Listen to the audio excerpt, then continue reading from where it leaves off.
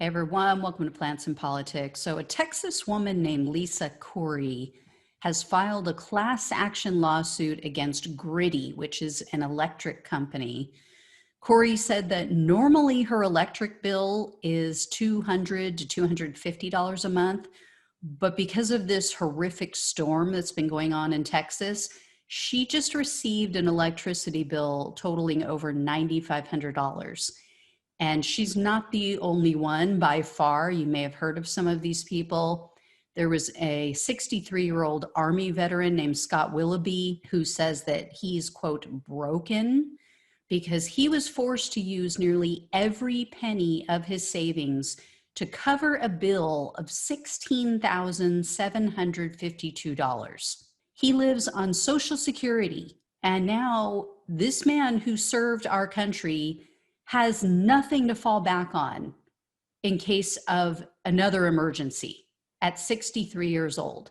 Other Texas residents received equally ridiculous bills. There was a man named Ty Williams.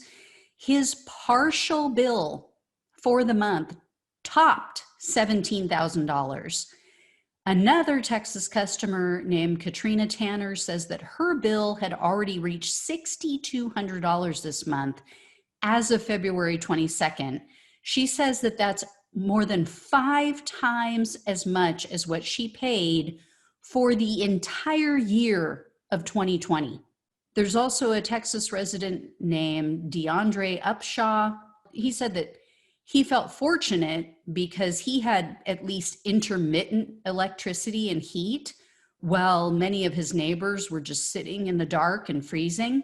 So he even invited some of his neighbors over to his apartment to help them stay warm. And then he logged into his Griddy app. He typically pays $80 a month for electricity. And when he looked at the app, he realized his bill hit $6,700 for only approximately 5 days of service. And it wasn't even continuous service. Karen Knox is another resident hit with an enormous bill. She is a special education teacher, so you know she's not making a ton of money. Teachers are ridiculously underpaid. She now owes approximately $7,000 to Griddy, and she told the Texas Tribune that she won't pay it. She said, quote, "There's no way I can, and I'm not going to." So what's the deal? What is Griddy? Why are these people getting these outrageous bills? Griddy markets itself as a wholesaler of electricity. And unfortunately, their pricing fluctuates based on supply and demand. They sell Texas residents on their product by touting low prices and as a cheap alternative to fixed rate electricity. So Griddy's website states, quote, "When there is excess energy on the grid, prices drop and can even go negative, which means you are getting paid to use electricity. Awesome! And when demand is high, like on hot summer days or winter storms, prices can spike. The highest the price can go to is $9 a kilowatt hour, which has only ever happened 0.005% of the time." Now, to be fair, Griddy did send an email to 29,000 customers on February 14th because of the storm, and they told them that they should move their service to a provider with fixed rates. However, when Lisa Corey, the one who filed this lawsuit, called to try to do just that, she called on February 16th, and she was told that the earliest they could switch her service was February 19th. So even still, Corey alleges that in that 3-day period of time, she barely had any service at her home. So on the 17th and 18th, she says the electricity was off more than it was on. And even when the power was operable, she minimized the family's usage because of the high cost. So here's the deal and some of the reasons for these incredible, ridiculous bills. Texas is big on deregulation. They've been controlled by Republicans who push deregulation constantly. And there was a very big push for deregulating utility companies in Texas under George W. Bush when he was in control of that state. So under Republican leadership, they favor free markets and they want competition above all else, which is fine if you're talking about other products and services, not when you're talking about something that is literally life and death. So this allowed for companies like Gritty to come in and compete and try to win business in Texas. The problem is 0.005% of the time is not 0% of the time.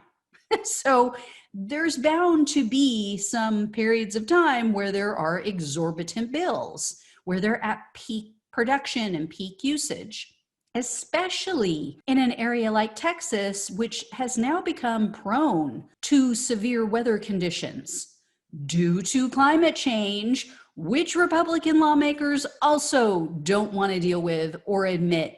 And while some are pushing back, some of the state lawmakers and the governor are pushing back, and they're saying that they're going to go to bat for their constituents, there are other greedy free market jackasses who are actually lauding this system as perfect.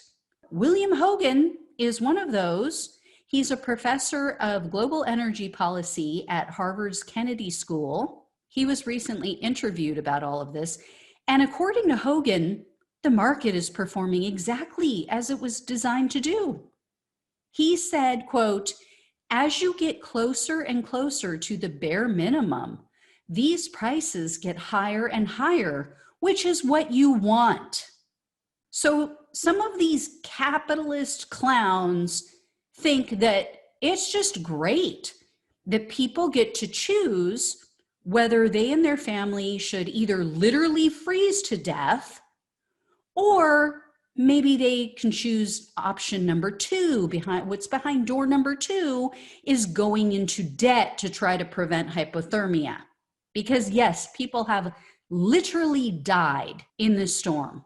Children, elderly people. As for Gritty, they're blaming the Public Utility Commission of Texas for setting the rates at $9 per kilowatt hour during the storm, even when everything was down. And Gritty says that's basically 300 times higher than normal of what their wholesale prices are. Now, Texas Governor Greg Abbott has said he's placed a moratorium on the billing and on the payments, and he's saying that he's going to help their customers, he's going to help Texas residents, but he hasn't explained how they're going to do that. I mean, are they going to pay for those bills, or are they going to make them go away? If they try to get extensions for people or drag this out or set them up with payment plans, that's going to be a complete and utter joke. But at the end of the day, this is what you get when you sell your soul for money, as Abbott and others have done. Other Republican leaders of this state, when you deregulate everything, including necessary life-saving services, there's a price to pay. Unfortunately, and it's usually the people paying it are the ones who can least afford it. You know, this, unlike so many other things that are deregulated in this country, have an obvious and immediate effect that people can see and touch and feel and experience. So people are aware of this, right? They see these bills, they see this as a problem. Are they considering the fact that deregulation and capitalism and the love of money above all else is what caused these unusual and extreme weather conditions to begin with? I mean, yes, I know, I get it. People love their meat and dairy. I was one of them for 40 years, but it's literally killing people, whether it's through disease or climate change or what have you. There's a price to be paid for those things. And I get that people love their gas-powered vehicles. They don't want to have to get trained to perform new green energy jobs. There's a price to pay for that, though. I get people don't want to change lifelong habits. They don't want to give up their comforts, but it's going to happen anyway. If we continue down this road and we make no changes, these tragedies are going to happen with more frequency, with a greater severity. At least if we choose it, at least if we make these changes now, we can have a few moments of change and being uncomfortable for a lifetime of happiness and peace, and stop these horrific storms and sea risings and everything else that's going to come from this and the death of our oceans. But if we continue to allow the love of money to control our decision making, it's going to end in tragedy, even more so than what we're already seeing. We have to value human life. We have to value our environment over the immediate gratification of getting to eat a steak or getting to fill up with gas on every street corner. And we have to tamp down on these corporations who pollute our air and our water and our land, which is something that Trump just went nuts with. I mean, he deregulated just about everything under the sun. Death is too high of a price to pay for deregulation. So things got to change, guys. As always, like, share, and subscribe. Thanks so much for watching and listening. Take care, and I'll talk with you soon.